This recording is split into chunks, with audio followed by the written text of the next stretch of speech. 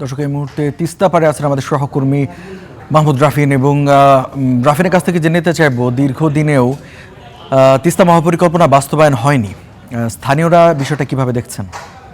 তিস্তা নদী কিন্তু উত্তরের জীবনরেখা, কারণ দেশের উত্তর জনপদ রংপুরের 5টি জেলা নীলফামারী, রংপুর, লালমনিরহাট, কুড়িগ্রাম এবং গাইবান্ধা, এই 5টি জেলার প্রায় 2 কোটি মানুষ তিস্তা পাড়ে বসবাস করে। তাদের যে কৃষি, তাদের অর্থনৈতিক অবস্থা, তাদের আর্থসামাজিক অবস্থান সবকিছুই আসলে তিস্তার উপরে কিন্তু অনেকটাই নির্ভর, প্রত্যক্ষ এবং পরোক্ষভাবে।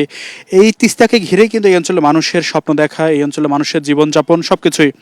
কিন্তু উজানের যে আগ্রাসন, সেই উজানের আগ্রাসনে স্বাধীনতা পরবর্তী অবস্থায় কিন্তু তিস্তা পাড়ের কোটি মানুষ আজ কিন্তু ক্ষতিগ্রস্ত। কারণ এই তিস্তা ভারত এবং বাংলাদেশ দুই দেশের অভিন্ন নদী হলেও স্বাধীনতা পরবর্তী অবস্থায়, বিশেষ করে 1980-র দশকে কিন্তু ভারত তিস্তার উজানে গজলডোবায় বাঁধ নির্মাণ করে একতরফা পানি প্রত্যাহার শুরু করে, এবং তারা তাদের দেশে সেচ ব্যবস্থার উন্নয়নের কাজ করছে।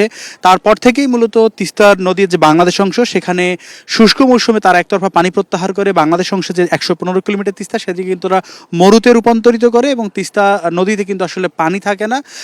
এবং অন্যদিকে কিন্তু বছরের অন্য সময়টি, বিশেষ করে বর্ষা মৌসুমে যখন বাংলাদেশের পানির প্রয়োজন নয়, সেই সময় কিন্তু তারা পানি হঠাৎ করে আকস্মিকভাবে পানি ছেড়ে দিয়ে কিন্তু আকস্মিক বন্যা সৃষ্টি করে দেশের এই যে উত্তর জনপদের 5 জেলার প্রায় কোটি মানুষকে কিন্তু তারা বিপদে ফেলে। তাদের ঘরবাড়ি, কৃষি জমি, তাদের স্বপ্ন মূলত লুণ্ঠিত হয়ে যায়। মূলত এই তিস্তা মহাপরিকল্পনার কথা কিন্তু বিগত সরকারগুলো 2009 সালের পর থেকে বলে আসছিল।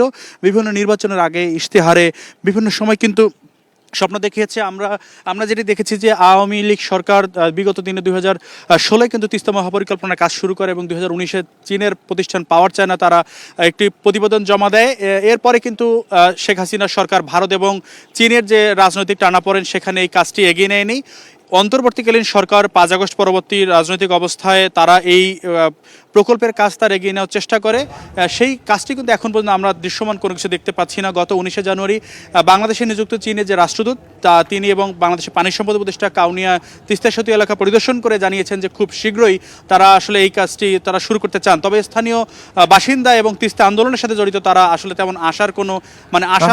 ধন্যবাদ। আমি জানি যে চীনের রাষ্ট্রদূত সেখানে ভ্রমণ করেছেন, সাথে পানি উপদেষ্টাও ছিলেন, তো তারা বেশ কিছু আশ্বাস দিয়েছেন, নিশ্চয়ই সেগুলোর বিষয়ে কাজ হবে।